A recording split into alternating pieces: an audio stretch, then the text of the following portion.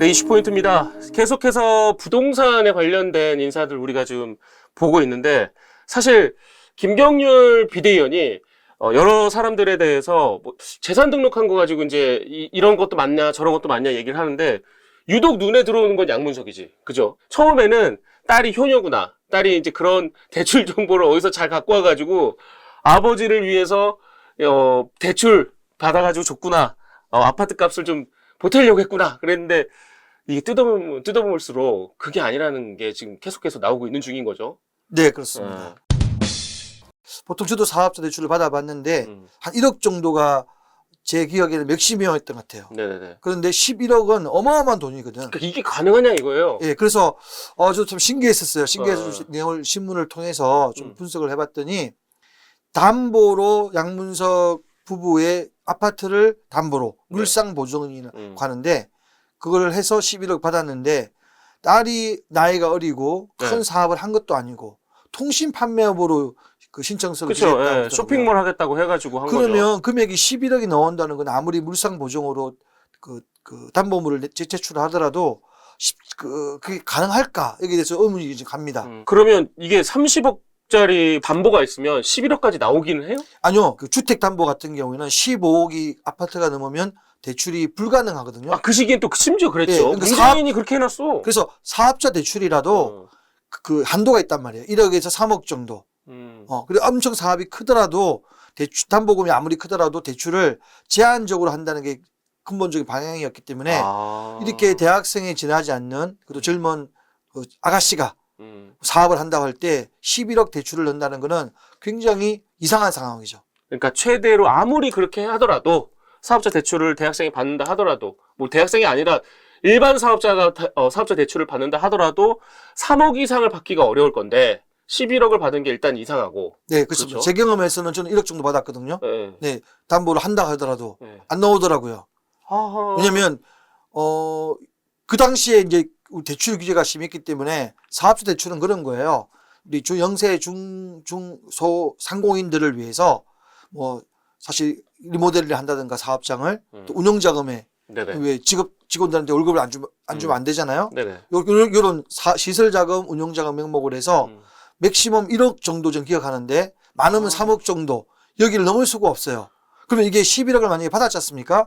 11억을 받았다는 얘기는 그 돈이 중소상공인한테 갈 돈을 이제 본인이 과다하게 받은 거지. 그렇지. 과다하게 받은 것도 이상하지만 어떤 명목으로 받았는지에 대해서 명확하게 나오지 않아서 알 수는 없지만 아무튼 조금 이상합니다. 사업이 규모가 작아서 3억 받기도 사실 어려운 상황일 건데 지금 11억을 받아놓은 게 좀 이상하다. 근데 지금 양문석은 11억을 내가 먼저 제안한 것도 아니고 새마을금고에서 제안을 해서, 내가 받겠다 그랬어? 지들이 주겠다 그랬지? 뭐 이런 류의 말이잖아요. 그거는 이제 거짓말일 가능성이 아주 높습니다. 왜냐면 은행에서는 그렇게 얘기하진 않아요. 이게 아마 중간에 이거를 알선해주는 조직책이 있을 거예요. 네, 뭐 이게 대출 중개업체라고 흔히 얘기하긴 하지만 그쪽에서는 이제 원래 대출이 그런 거 아니에요? 대출이 아무리 담보를 크게 하더라도 원리금 상환을 하잖아요. 이자와 원금을 뭐 1년 거치 기간 두더라도, 그러면 원리금 상환을 하면 사업이 이익이 생길 수 있는 구조여야 되는데 일단 사업이 잘 돌아가지 않는다는 느낌이 들면 대출이 안 나와요. 100억짜리 담보를 하더라도 이게 나중에 뭐 충분히 은행이 담보를 받는 이유는 궁극적으로 그걸 경매에 붙여서 채권 회수는 할 수도 있지만 그 자체가 일이 번잡스러워. 그래서 사업이 잘 돌아가는 게 중요한 거야. 그래서 마침 또 보니까 사업자를 내고 몇 개월 이상 유지한 사업자한테 사업자 대출을. 그럼요. 그 전에 어떤 사업을 어떻게 유지했고 매출이 얼마고 이걸 보고 그러면 한도가 정해진 상태에서 대출을 결정하는데, 생자인 사업가한테 11억 원을 대출했다는 자체는 누가 봐도 이거는 문제가 있고, 그럼 왜 대출을 했냐? 그러면 이제 은행 직원의 이게 적극적인 가담, 이게 문제가 될 수 있고, 아마 직원이 가담했겠어요. 대구 수성구, 대구 강남구거든요. 그 대구 쪽에서 그걸 대출을 받은 것도 좀 이채로워요. 이 사람은 계속 양산 이쪽에 출마하시던 분 아니에요? 경남에서 주로 활동하신 분인데, 딸이 뭐 대구에 학교 다니는지 모르겠지만 그것도 이상하고, 아마 이건 틀림없이 그 새마을금고 쪽에서도 뭔가 좀 찝찝한 게 있다, 이렇게 저는 추측이 됩니다. 그게 새마을금고에서. 크게 누가 도와주지 않고서는 그러니까 이게 나올 수 없는 구조죠. 11억을 가지고 그동안 경제 활동을 하지도 않은, 그러니까 경제 활동 실적이 말씀대로 실적이 있어야만 그 사업자 대출을 해주고 앞으로도 얘가 얼마 정도의 돈을 더 벌 수 있겠구나라는 판단을 해야만 돈을 좀 빌려줄 수 있을 것 같은데 그런 판단이 들어갔을까에 대한 퀘스천이 일단 있는 거고 그렇지 않다면 누군가가 적극적으로 일로 와봐 이렇게 해줄게 이렇게 너 필요한 건 이런 거니까 이렇게 제출해 뭐 이런 식으로 조력자가 뒤에서 보이지 않는 그렇겠죠. 새마을금고 측에 누군가의 큰 도움을 받지 않고서는 좀 어려운 그런 자, 그럼 대출이었다. 이렇게 추론이 가능합니다. 지금 새마을금고 자체 조사를 하겠다고 하는데 되겠냐고. 그쪽에서 가담한 건데.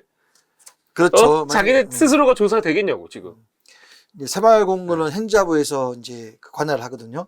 근데 이제 선거 기간이기도 하고 이제 크게 이제 당황스럽겠죠. 제대로 된 조사가 사실 빨리 나와야 되는데 지금 너무 촉박하잖아요. 그러니까 지금 고양이한테 생선 맡긴 거 아니에요? 지금? 네, 그래서 아마 그죠 우리가 아시겠지만 새마을공고가 최근에 다른 문제로 굉장히 도마에 오른 적이 있어요. 그만큼 새마을공고는 굉장히 내부적으로 이런 대출 규정을 교모하게 피하고 불법적으로 편법적으로 대출이 이루어지는 그런 경우가 많다고 저는 생각합니다. 그러다 보니 결국은 새마을공고의 부실화나 문제점이 발생해서 결국은 궁극적으로는 거기 조합원들, 예금자들이 좀 불안하죠. 그렇죠. 네. 방금 말씀하신 대로 3억이 맥시멈이라고 하면 11억이면 4명이잖아요. 지금 4명의 자영업자가 적어도 양문석 때문에 돈을 못 빌려서 사업에 어려움을 겪거나 혹은 폐업을 했을 그런 가능성도 우리가 지금 따져봐야 되겠네. 아니죠. 4명이 아니죠. 왜냐면 이게 1억까지가 맥시멈인데 다 1억을 받는 거 아니에요. 어떤 3천만 원, 5천만 원.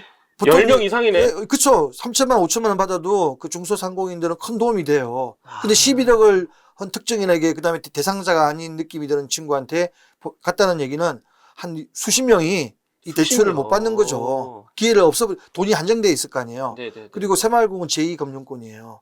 이율이 엄청 세요. 이율이 엄청 세기 때문에 네네. 누가 대출을 받고 싶어도 새마을공고에서 대출을 받는 걸 고민을 하게 되는데 이거를 했다는 것도 문제가 되고 이 돈을 받아서 내용을 보면 이제 그 전에 아파트를 살 때 사기 전에 사채금을 갚았다는 거지 않습니까? 그것도 신기해요. 사실은. 네. 선명한 이미지, 개혁적인 이미지, 목소리 크시더라고. 이미지와 방금 이 사건을 바라보면서 이분이 갖고 있는 그 내면 진짜의 모습을 비교할 때 보면 좀 너무 실망감이 크다. 이율배반적이다. 이렇게 저는 생각이 듭니다. 집을 살 때 사채를 껴서 사는 경우가 있어요? 보통 강심장이 아니고서는 그렇게 안 하거든요. 그렇죠. 사채를 낀다는 게 의미가 뭐야 그게? 자기 돈을 가지고도 31억에 사는 건 쉽지 않아요. 31억이 있더라도 그거를 아파트를 사는 건 고민이 많습니다. 근데 연고가 예, 그렇죠. 연고가 없는 서초구에 사채를 빌려서 그러니까 난 그게 제일 그걸 신기해. 사고 아마 그 사고 난 다음에 이분이 몇 개월 지나지 않아서 새마을금고 가서 그걸 담보로 대출을 받아서 사채를 갚고 이거는 아마 그 일련의 과정 계획 속에서 충분히 이루어지지 않았나. 그 당시에 금감원에서 이게 전형적으로 그 통제해야 될 단속해야 될 대상 행위라고 묶어놨어요.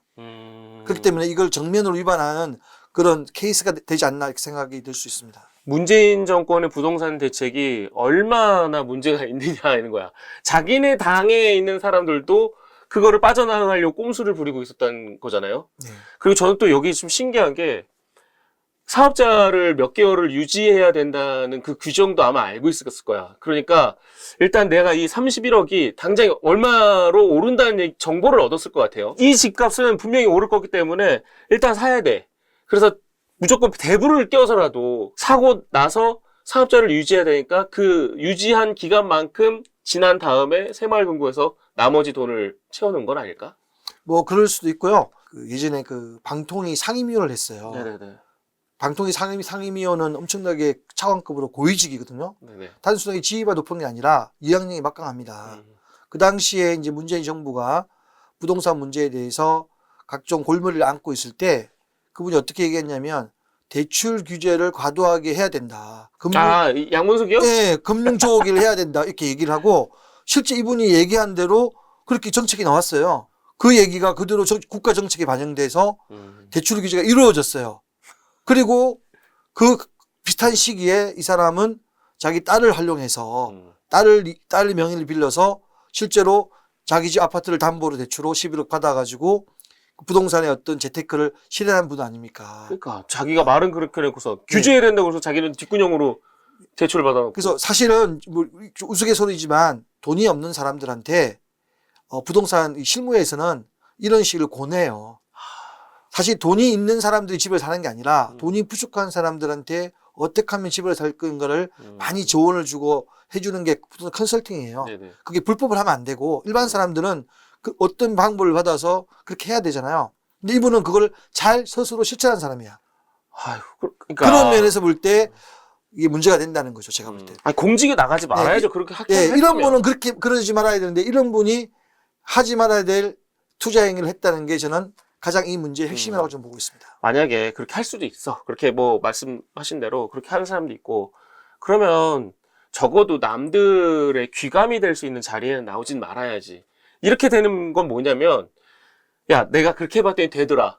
너희도 그렇게 하면 나처럼 될 수 있어. 라는 것을 몸소 보여주는 건 실천해준 것밖에 안 되는 거야. 니들도 나처럼 하면 돼. 이게 그런 사람이 된 거잖아요, 지금. 나가지 말았어야지, 앞에. 총선기간에 후보자에 대한 검증은 신랄하게 받아야 되잖아요. 네네. 고소하겠다. 언론에 징벌적 손해배상을 청구하겠다. 이게 이제 본인이 옛날에 방통위 상임위원을 했을 때 강압적으로. 했던 거를 그때 이분이 주로 경력이 뭐냐면 언론의 자유와 표현의 자유잖아요. 이거를 옹호하고 주장한 사람인데 진작 본인이 어떤 당사자가 됐을 때는 거꾸로 상반되네. 거꾸로 그 해서는 안 되는 그런 발언을 서슴지 않고 하거든요. 그거는 굉장히 문제가 있다고 봐요. 백배사지하고 책임을 지는 자세를 보이면 역시 뭐 이분이 했던 그동안의 행동에 대해서 일관성이 있는데 좋은 거는 그대로 가져가고 조금 더 불편한 거는 해서는 안 되는 그런 행동을 한다는 데에서는 굉장히 문제인 행동이다. 앞에서는 세상 정의로운 척, 세상을 위해서 진짜 정의로운 말들을 많이 해놓고서 뒤에서는 세상 온갖 꼼수를 다 부려가지고 자기 이속을 챙겼던 그렇게밖에 보이지 않는 상황이죠. 일단은 우리가 이 사업자 대출이 그렇게 쉬운가? 대출이 쉬운가요? 라는 주제로 오늘 만들어 본 건데 다른 사람들의 경우도 조금씩 한번 좀 짚고 넘어가 보려고 해요. 물론 시간이 이렇게 많지는 않은데 그 화성의뢰 공영훈 같은 경우는 30억을 대학생 아들한테 준 거잖아요. 그렇게 주면 뭐 세금이 많이 주나요? 이제 그분은 이제 무슨 자동차 회사 사장 하신 분 아니에요? 맞아요. 예, 돈이 많은 분이죠. 네. 그러니까 돈이 많은 분들은 가장 걱정이 이 세금 문제, 상속세, 정예세 문제예요. 네. 네, 이런 문제에 대해서 고민을 많이 하는 걸로 알고 있습니다. 아마 대학생 군인 아들인가? 군인이었죠, 당시에. 이제 뭐 세무 전문가의 도움을 받아서 이제 내 아들 세금을 최대한 줄이기 위해서 노력을 했다고 보는 거죠. 제가 볼 때는. 그래서 뭐 돈이 많은 건 뭐 죄는 아니죠. 그치. 아닌데 그 재산이 많은 분이 어쨌든 그 공직에 출마할 때는 좀 더 뭐 속에 어떻든 관계없이 공공을 위해서 또 아니면 공익을 위해서 뭔가 하는 방법도 있을 건데 네네. 그걸 이제 자녀한테 대물림한다는 거는 이분도 민주당 후보로 놓으신 분 아닌가요? 맞아요. 예, 민주당 후보의 어떤 가치는 차별적인 그거 아니에요. 개인의 이익보다는 좀 더 서민과 약자를 위해서 하겠다는 게 캐치프레이즈 아닙니까? 아니, 뭐, 국민의힘도 마찬가지 예, 아니겠어요? 그런데 그럼 실천을 해야 되잖아요. 그러니까 저는 어떤 생각이 드냐면 이 화성의리라는 지역적 특색도 좀 봐야 된다고 생각해요. 여기가 단순히 삼성반도체의 직원들이 사는 지역이라기보다는 대기업으로 화성 쪽에 있는 대기업으로 다니는 그런 현대자동차죠. 예, 맞아요. 현대자동차도 있고 네, 네, 네. 삼성반도체도 있고 뭐 하잖아요. 그런 젊은 층들이 지금 살고 있는 지역이란 말이에요. 네네. 3, 40대에. 그렇죠. 그 3, 40대의 젊은 층들에게 내가 너희들을 대변할게. 너희들 청춘이니까 열심히 살면 돼. 막 이런 식으로 그 젊은 사람들의 마음을 대변해야 되는데 떨렁 아들한테 30억 금수저 아들을 만들어 놨어. 그러니까 우리가 지금 우리 사회의 가장 문제가 특히 젊은 사람들 20, 30대의 어떤 그 미래가 암울하잖아요. 네. 그러면 이제 우리가 젊은 사람들 입장을 볼 때 뭔가 희망이 보여야 되는데 공용훈 이 후보는 어쨌든 성공하신 분이에요. 네네. 그러면 모델이 돼야 되는데 그러니까 자식한테 30억의 뭐 재산 그의 재산을 물려줬다는 걸 딱 접하는 순간 어떤 생각이 들겠습니까? 그거를 자괴감 드는 거죠. 그러니까 모델이 될 뻔했는 게 갑자기 사라져 버리는 거야. 롤모델로서 야, 나 자수성가하면 나처럼 될 수 있어 이런 걸 보여줘야 되는데 젊은 친구들한테 자식한테 떨르고 30억짜리 딱 주니까 저 새끼 참 오히려 그들의 자제감을 꿈을 좀 밟은 느낌이 있어서 아마 지역적으로는 그런 것들이 좀 이슈가 되지 않을까 생각이 들어요. 맞습니다. 예전에는 운동권을 많이 했잖아요. 네. 운동권이 많이 사라지고 이게 성공한 사람들을 많이 내세운 것 같아요.